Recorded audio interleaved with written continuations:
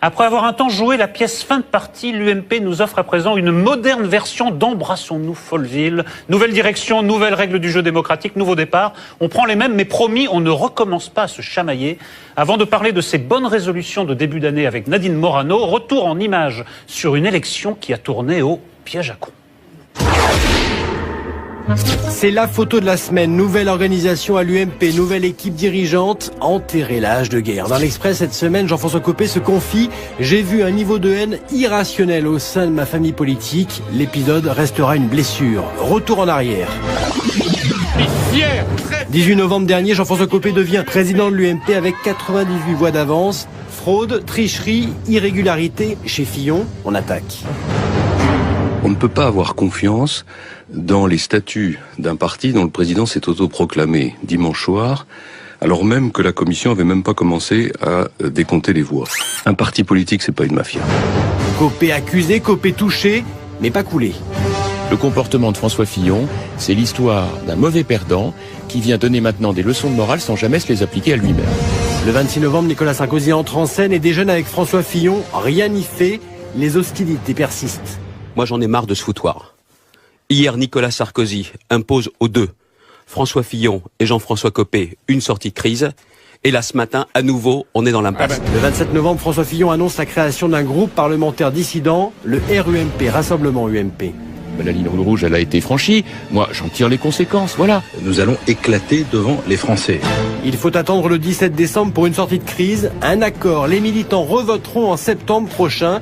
D'ici là, silence dans les rangs. Ceux qui ont voté pour François Fillon reconnaissent Jean-François Copé comme le président de l'UMP et veulent que tout cela s'arrête. Derrière cette belle photo de famille, un mois de division, de coups bas, de phrases assassines. Recoller les morceaux après s'être déchirés. Un vœu pieux. Dans le nouvel organigramme de l'UMP, cette pro-Copé occupe le rang de déléguée générale chargée des élections. C'est vous dire si elle aura du boulot. Elle n'est peut-être pas corésienne, mais assurément copésienne. Bonsoir, Nadine Morano. Bonsoir. Bonsoir. Merci d'avoir accepté notre invitation. Alors, si j'ai bien suivi, on est passé de l'UMP à l'ANP, armée mexicaine du psychodrame, puisque tous les postes vont être doublés. C'est un fauteuil pour deux. Pour chaque fonction, il y aura un pro-Copé et un pro-Fillon. Vous êtes chargé des élections. Si je peux me permettre, c'est un choix bizarre, puisqu'on se souvient que vous avez été battu à plat de couture pendant les législatives, et c'est quand même à vous qu'on confie les élections. C'est pas un peu étrange comme choix ?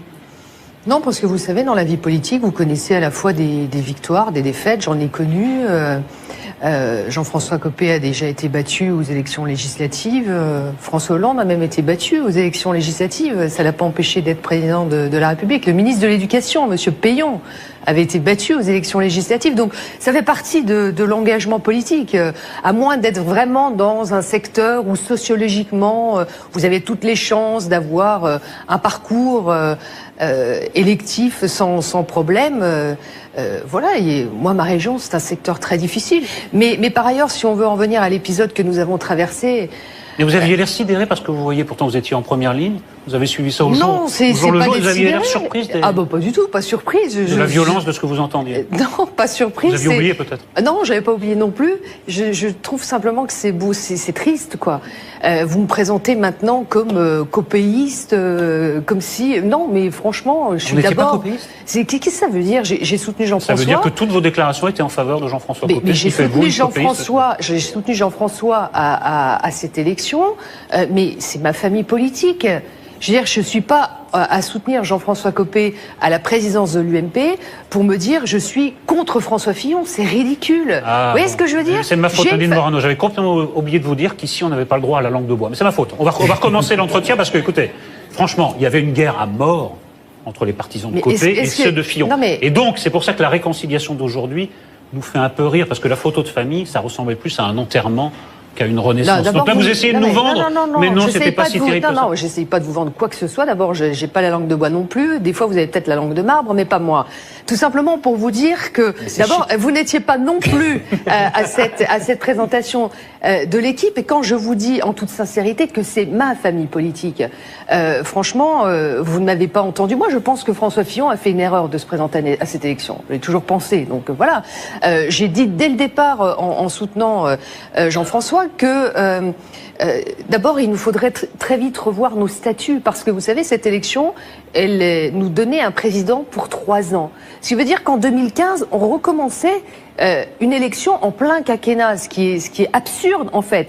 Et c'est vrai que ce sont nos statuts qui datent de la création de l'UMP, qui sont devenus obsolètes, qui ne fonctionnent pas, qui ne fonctionnent plus. Bon, il a fallu faire avec, puisque voilà, ces statuts n'avaient pas été repensés avant cette élection. François Fillon avait dit qu'il quittait la Sarthe pour relever un défi.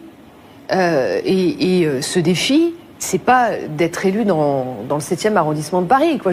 Le défi, c'était aller conquérir la capitale. On a vraiment besoin de François Fillon. Non, mais c'est pas du tout.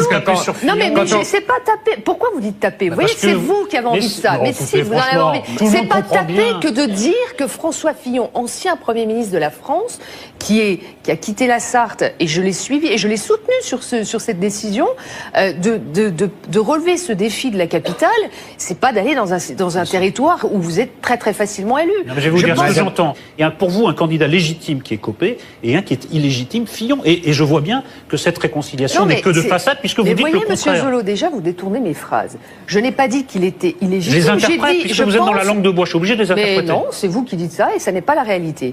J'ai dit que je pensais qu'il avait fait une erreur, François Fillon, d'aller à cette élection. Je pense qu'il aurait dû se réserver pour ce combat. C'est mon analyse politique, j'ai le droit de l'avoir quand même.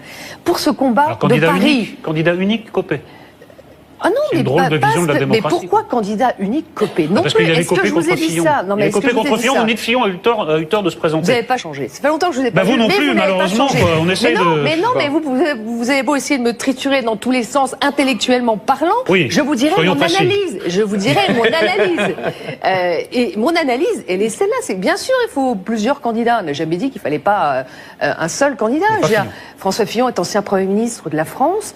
Ce grand défi de Paris, on avait, enfin, je pense toujours aujourd'hui, au moment où je vous parle, qu'on a besoin de lui pour la conquête de Paris. Je le pense très sincèrement. Madame Morano, quand on vous entend parler de Fillon et parler de votre famille politique, on ne peut pas ne pas penser au célèbre mot d'André Gide, « famille, je vous hais ». Mais c'est pas ce que je ressens, moi. C'est plutôt famille, c'est ce que j'entends. Deuxièmement, pour cette réconciliation, moi, ce qui me frappe, c'est pas l'hypocrisie, parce qu'elle est dans toutes les familles politiques et dans tous les partis, et ça fait partie du jeu politique. Mais en revanche, ce qui me frappe, c'est l'aventure humaine, la politique. Mais absolument. Ce qui me frappe, c'est que c'est la revanche des barons. C'est-à-dire que quand vous dites les statuts de l'UMP sont dépassés, moi je crois que c'est l'UMP qui est dépassé. C'est-à-dire que l'UMP a été fabriqué en 2002 par Chirac, vous vous souvenez, et Juppé, sur la fusion entre le RPR et l'UDF. Et en fait, on a pris les hommes du RPR et les idées de l'UDF. Et aujourd'hui, vous avez des élus, des barons de l'UMP, qui sont tous, qu'ils viennent du RPR ou de l'UDF, qui sont tous des UDF. Et vous avez une base de militants et même d'électeurs qui n'est plus du tout sur cette ligne, qui s'est droitisé, comme disent les médias bien pensants, pour les stigmatiser. En fait, simplement, ils essayent de revenir aux fondamentaux du mouvement gaulliste et bonapartiste que vous avez connu dans votre jeunesse, comme moi. Donc, c'est simplement ça, le décalage entre les élus, d'une part, UMP, qu'ils soient copéistes ou fillonistes, et les militants et les électeurs. Vous êtes d'accord? Oui, sur le fonctionnement de l'UMP, quand vous dites c'est l'UMP qui ne va plus, moi je crois pas. Je crois que l'UMP était notre force et on doit justement, parce que nous avons réussi. Ben oui, pardon, mais vous avez perdu toutes les élections. Mais je ne dois pas être d'accord avec vous. Oui, mais vous avez perdu toutes les élections depuis 10 ans, sauf la présidentielle de 2007. C'est pas mal comme résultat. Oui, c'est pas mal non plus que de gagner la présidentielle quand le Parti socialiste ne la gagnait jamais. C'est Sarkozy, c'est pas l'UMP. Non mais bon, ok, d'accord. Vous savez très bien. Je vais vous dire, je pense que ça a été notre force. Enfin, moi j'ai connu la période d'avant l'UMP, je peux vous dire, je l'ai connu aussi, pendant tous ces combats politiques où réunir à un certain moment l'unité, les fusions entre le RPR et l'UDF, c'était assez compliqué. Mais vous perdiez moins d'élections. On a réussi à gagner ces élections justement en alliant la droite et le centre. Alors, aujourd'hui, la réalité, vous me parlez de la crise que nous avons connue par rapport à deux candidats. La réalité, qu'est-ce qui s'est passé? C'est que sur 2 analyses, 2 méthodes, 2 présentations d'une ligne politique, voilà, le score s'est retrouvé hyper serré. C'est ça la difficulté. C'est pas du tout la question que je vous ai posée. Mais c'est ma réponse quand même. Donc, le résultat... Vous prenez pour Georges Marchais. Non, mais d'accord, écoutez, vous prenez pour les Cabaches. Non, pas du tout. Non, mais Zemmour, mais non. moi je vous dis que l'UMP n'est pas à mettre à la poubelle. Je dis simplement que nous avons traversé une difficulté qui relevait que le score a été très serré entre les deux. C'est pas le problème. La réalité, c'est que pour l'instant... non, c'est pas le problème. Est-ce que vous permettez, je repose la question autrement. Il y a une question. Je peux terminer? Non, parce que sinon on va s'embourber là-dedans. Il y a une question que ces 2 mois de crise n'a pas tranché. Est-ce qu'il s'agissait d'un conflit d'ego? Mais moi je ne veux pas revenir sur Copé-Fillon. Ou était-ce un conflit entre 2 lignes politiques très distinctes? D'un côté, une ligne très droitière, dans laquelle vous pouvez vous reconnaître, puisque vous avez avoué... sur quel sujet? Oui, absolument. Vous avez avoué votre admiration pour Marine Le Pen, vous avez admis que vous aviez des... Bon, vous avez entendu. Vous aviez admis que vous aviez des valeurs communes avec les électeurs du Front National. Qu'elle avait des qualités oratoires, et je le redis sur votre plateau. Ça, c'est la première ligne. Celui qui pense que Marine Le Pen n'a pas de qualité oratoire, ça, c'est la première ligne. Et la deuxième ligne, voilà. Il y a toute une partie de l'UMP qui serait très bien à l'UDI parce qu'ils ont une fibre plus centriste. Est-ce que, oui ou non, ces 2 lignes existent? Et est-ce qu'elles sont compatibles au sein d'un parti unique? C'est la question qui se pose. C'est la question que vous a posée, certes un peu longuement. Eh bien, moi, je vais vous dire non. Pourquoi? En fait, il n'y a aucune fracture idéologique entre nous. Mais c'est pas vrai. Il n'y a aucune fracture idéologique. Mais il n'y a pas de dites pas ça, c'est la réalité. Sauf que les mots utilisés par l'un et par l'autre sont différents. La manière de présenter les choses par l'un et par l'autre sont différentes. Mais il n'y a pas de fracture idéologique chez nous. Il y a 2 tempéraments, 2 personnalités. Mais on entend le contraire au sein de votre propre parti.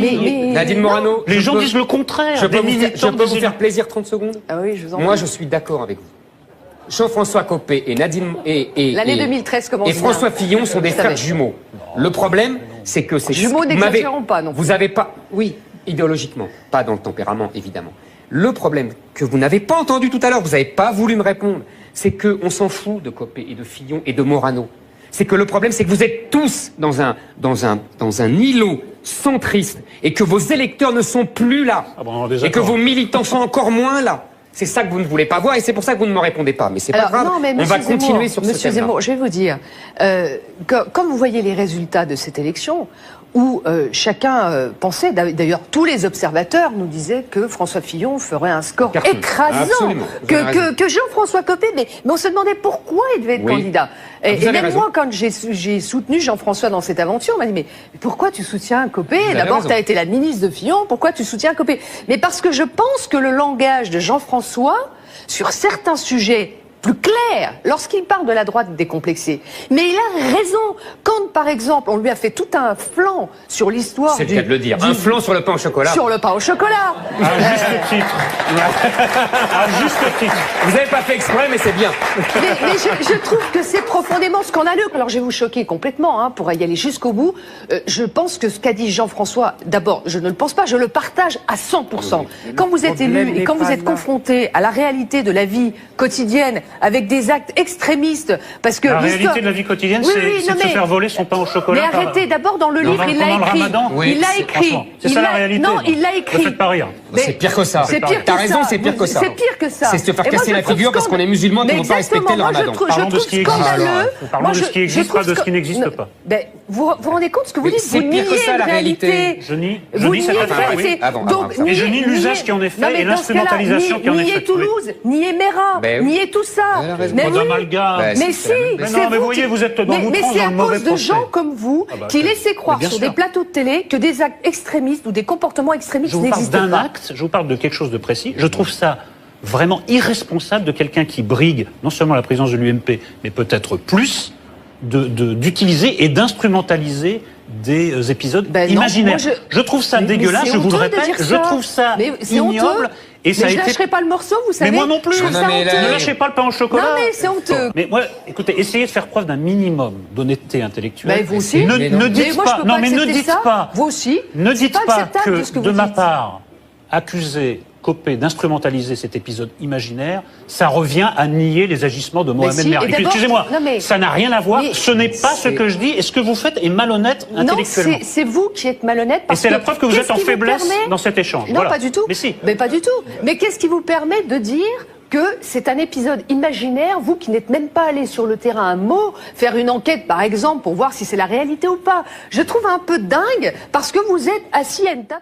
Après avoir un temps joué la pièce fin de partie, l'UMP nous offre à présent une moderne version d'Embrassons-nous Folleville. Nouvelle direction, nouvelles règles du jeu démocratique, nouveau départ. On prend les mêmes, mais promis, on ne recommence pas à se chamailler. Avant de parler de ces bonnes résolutions de début d'année avec Nadine Morano, retour en images sur une élection qui a tourné au piège à con.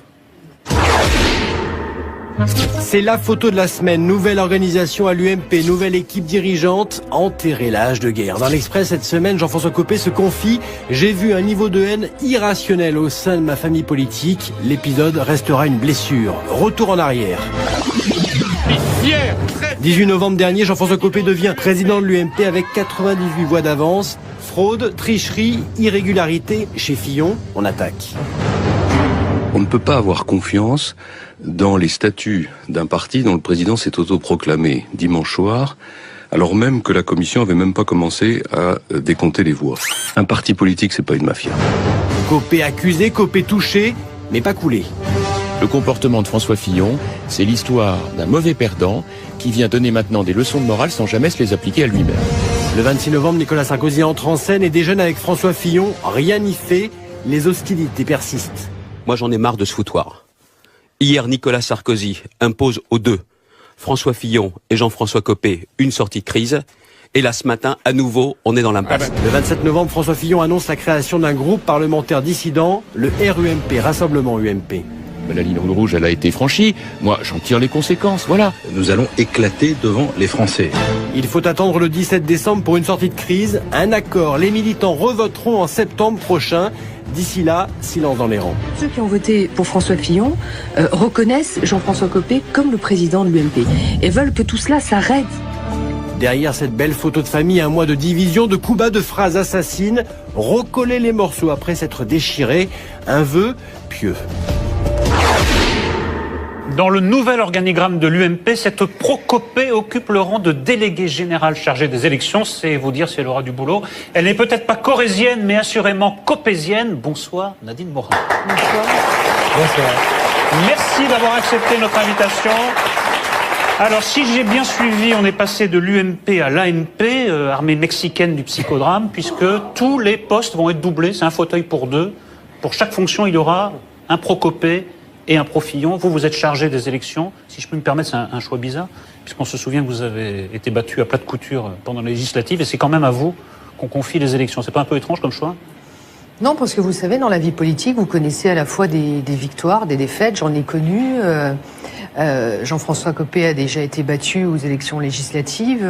François Hollande a même été battu aux élections législatives. Ça l'a pas empêché d'être président de la République. Le ministre de l'Éducation, Monsieur Payon, avait été battu aux élections législatives. Donc, ça fait partie de l'engagement politique. À moins d'être vraiment dans un secteur où sociologiquement, vous avez toutes les chances d'avoir un parcours électif sans problème. Voilà, moi, ma région, c'est un secteur très difficile. Mais par ailleurs, si on veut en venir à l'épisode que nous avons traversé...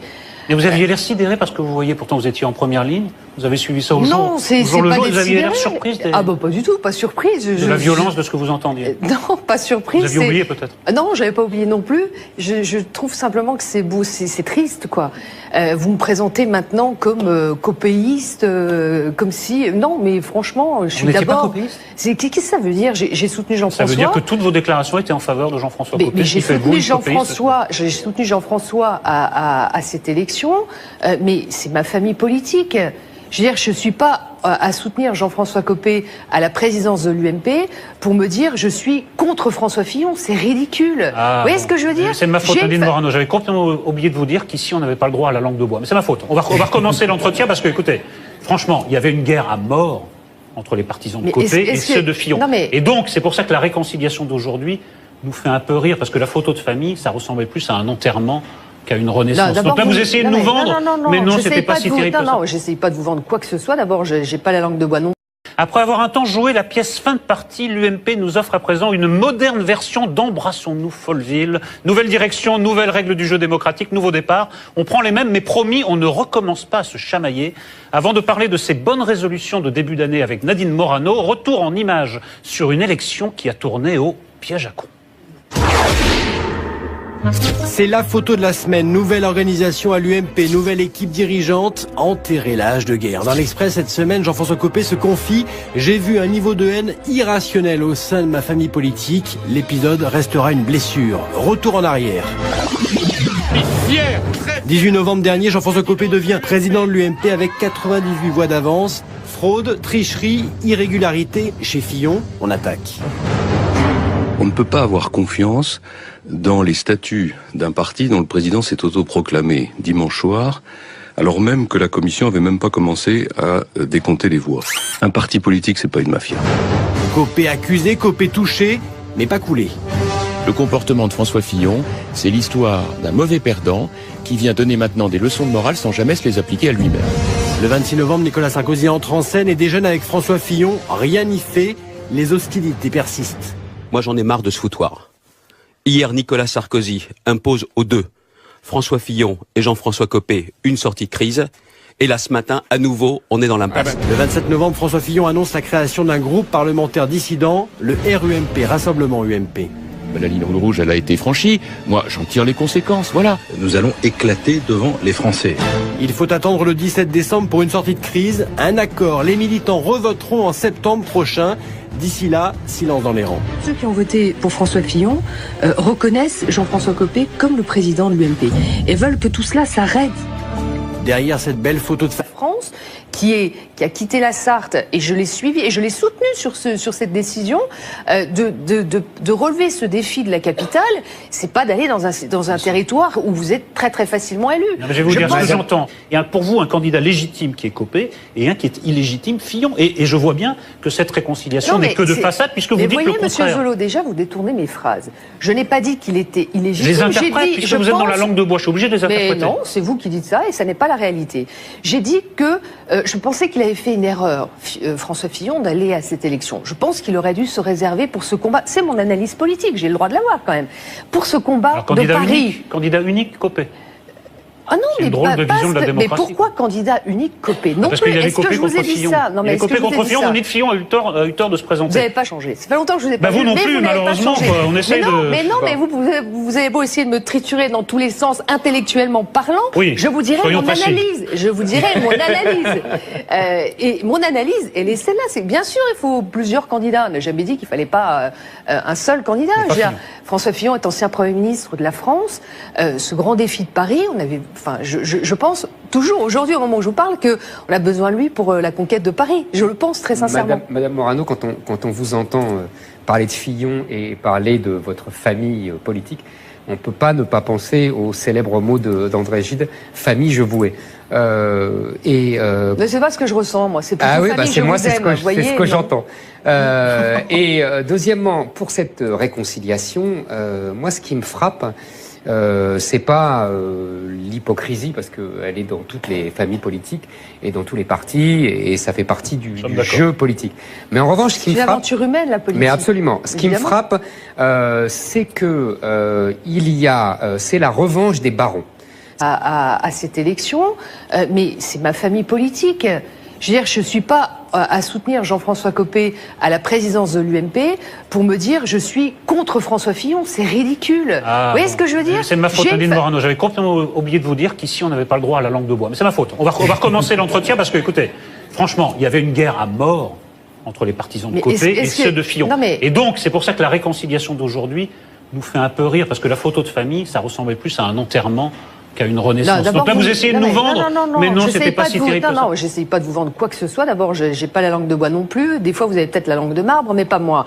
Tout simplement pour vous dire que, d'abord, vous n'étiez pas non plus à cette présentation de l'équipe. Et quand je vous dis en toute sincérité que c'est ma famille politique, franchement, vous n'avez pas entendu. Moi, je pense que François Fillon a fait une erreur de se présenter à cette élection. Je l'ai toujours pensé. Donc voilà.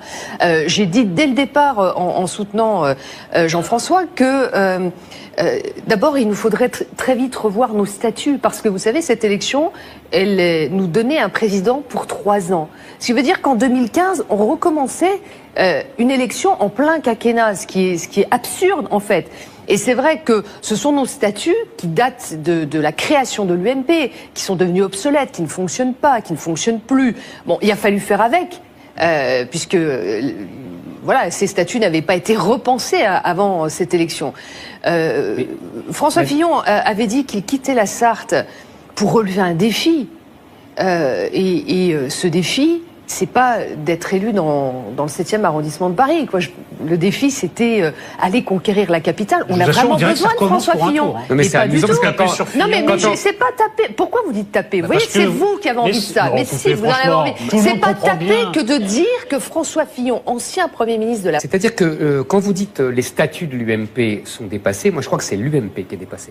C'est-à-dire que l'UMP a été fabriqué en 2002 par Chirac, vous vous souvenez, et Juppé, sur la fusion entre le RPR et l'UDF. Et en fait, on a pris les hommes du RPR et les idées de l'UDF. Et aujourd'hui, vous avez des élus, des barons de l'UMP, qui sont tous, qu'ils viennent du RPR ou de l'UDF, qui sont tous des UDF. Et vous avez une base de militants et même d'électeurs qui n'est plus du tout sur cette ligne, qui s'est droitisé, comme disent les médias bien pensants, pour les stigmatiser. En fait, simplement, ils essayent de revenir aux fondamentaux du mouvement gaulliste et bonapartiste que vous avez connu dans votre jeunesse, comme moi. Donc, c'est simplement ça, le décalage entre les élus, d'une part, UMP, qu'ils soient copéistes ou fillonistes, et les militants et les électeurs. Vous êtes d'accord?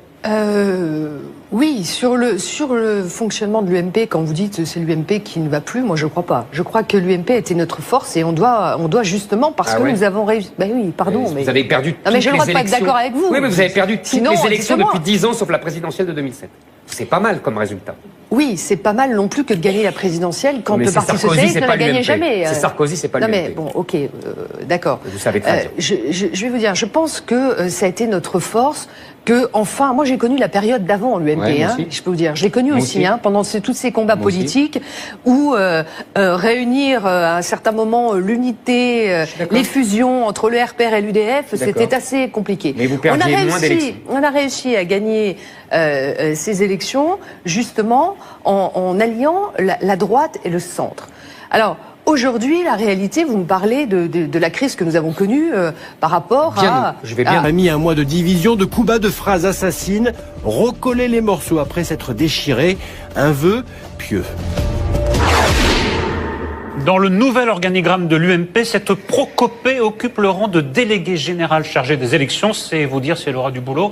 Elle n'est peut-être pas corésienne, mais assurément copésienne. Bonsoir, Nadine Morand. Bonsoir. Bonsoir. Merci d'avoir accepté notre invitation. Alors, si j'ai bien suivi, on est passé de l'UMP à l'ANP, armée mexicaine du psychodrame, puisque tous les postes vont être doublés. C'est un fauteuil pour 2. Pour chaque fonction, il y aura un Procopée et un Pro-Fillon. Vous êtes chargé des élections. Si je peux me permettre, c'est un choix bizarre, puisqu'on se souvient que vous avez été battu à plat de couture pendant les législatives, et c'est quand même à vous qu'on confie les élections. C'est pas un peu étrange comme choix ? Non, parce que vous savez, dans la vie politique, vous connaissez à la fois des victoires, des défaites. J'en ai connu. Jean-François Copé a déjà été battu aux élections législatives. François Hollande a même été battu aux élections législatives. Ça l'a pas empêché d'être président de la République. Le ministre de l'Éducation, Monsieur Payon, avait été battu aux élections législatives. Donc, ça fait partie de l'engagement politique. À moins d'être vraiment dans un secteur où sociologiquement, vous avez toutes les chances d'avoir un parcours électif sans problème. Voilà, et moi, ma région, c'est un secteur très difficile. Mais par ailleurs, si on veut en venir à l'épisode que nous avons traversé... Mais vous aviez l'air sidéré parce que vous voyez, pourtant vous étiez en première ligne, vous avez suivi ça au jour. Non, c'est pas le jour, vous aviez l'air surprise. Ah bah pas du tout, pas surprise. De la violence de ce que vous entendiez. Non, pas surprise. Vous aviez oublié peut-être. Non, j'avais pas oublié non plus. Je trouve simplement que c'est beau, c'est triste quoi. Vous me présentez maintenant comme copéiste, comme si... Non, mais franchement, je suis d'abord... Qu'est-ce que ça veut dire? J'ai soutenu Jean-François. Ça veut dire que toutes vos déclarations étaient en faveur de Jean-François Copé. Mais j'ai soutenu Jean-François